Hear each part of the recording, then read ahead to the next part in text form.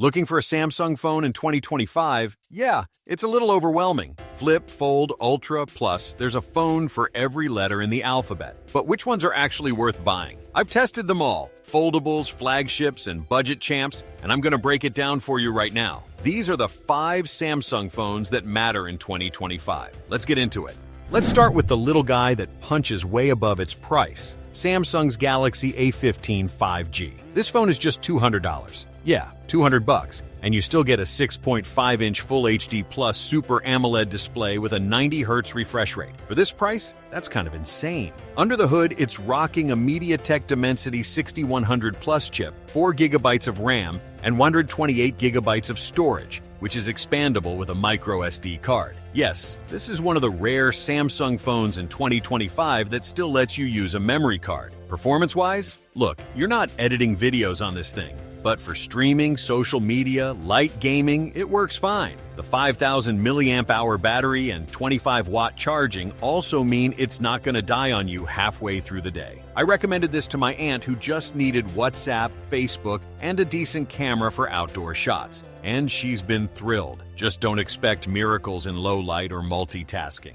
Alright, if you want a phone that starts conversations, the Galaxy Z Flip 6 is where it's at. This thing folds in half like a retro flip phone, but it's anything but old school under the hood. You get the Snapdragon 8 Gen 3 processor, 12 GB of RAM, and up to 512 GB of storage. It also has a larger battery than last year, and an improved hinge that feels sturdier and creates a less noticeable crease. The main camera is now 50 megapixels, finally putting it on par with Samsung's flat flagships. You also get 7 years of software and security updates. But let's talk real use. I carried this thing around for a week, and it was fun. The pocketability is unmatched, and the flex mode, where you can half fold it and use it as its own tripod, makes selfies and hands-free videos effortless. There are quirks. The external display is smaller and not as sharp, and the $1,000 price tag might make you think twice. But if you want something unique and genuinely functional, the Flip 6 is finally a foldable that doesn't feel like a compromise.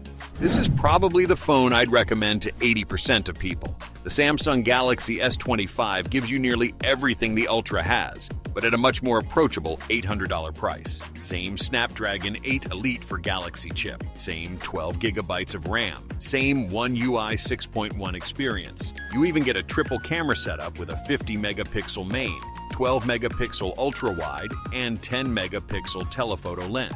The screen is a 6.2-inch AMOLED panel with a 1 to 120 Hz adaptive refresh rate, and battery life, way better than expected for its size. It's powered by a 4,000 milliamp hour battery and supports fast-wired charging at 25 watts. What I really liked during testing was how consistent everything felt. The cameras are reliable in all lighting conditions, and the new AI features, like AI Zoom, generative edit tools, and audio eraser, actually feel useful. Unless you need a bigger screen or a stylus, this is the best value in Samsung's flagship lineup this year.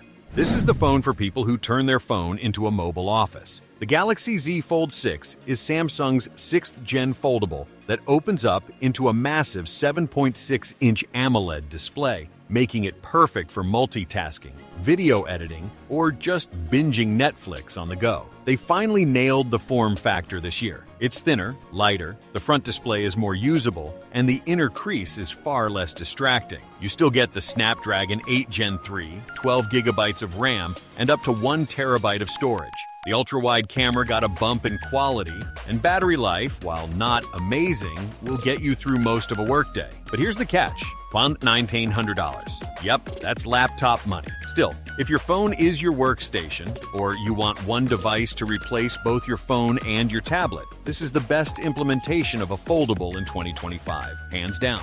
If you want the best Samsung phone, period, this is it. The Galaxy S25 Ultra is the phone you get when you want zero compromises. It has the best display I've seen all year. 6.8 inches of AMOLED goodness, 3,120 by 1,440 pixels, 1 to 120 Hz adaptive refresh rate, and that same anti-reflective coating from last year's Ultra. Camera-wise, you've got 4 rear cameras, a 200 megapixel main, 50 megapixel 5x telephoto, 10 megapixel 3x telephoto, and a 50 megapixel ultra wide. It also shoots in 8K and has advanced video modes like log recording for pro workflows. Throw in the built-in S Pen, a 5,000 mAh battery, and support for Wi-Fi 7, and you've got a device that's not just future-proof, it is the future. At under $300, it's pricey. But if you're coming from a Galaxy S21 Ultra or earlier, the jump in performance, camera quality, and AI integration is massive. If you're already on an S24 Ultra, you can probably wait another year. But if you're building a mobile content studio, managing workloads on the go, or just want the best of Android in your pocket, the S25 Ultra is untouchable.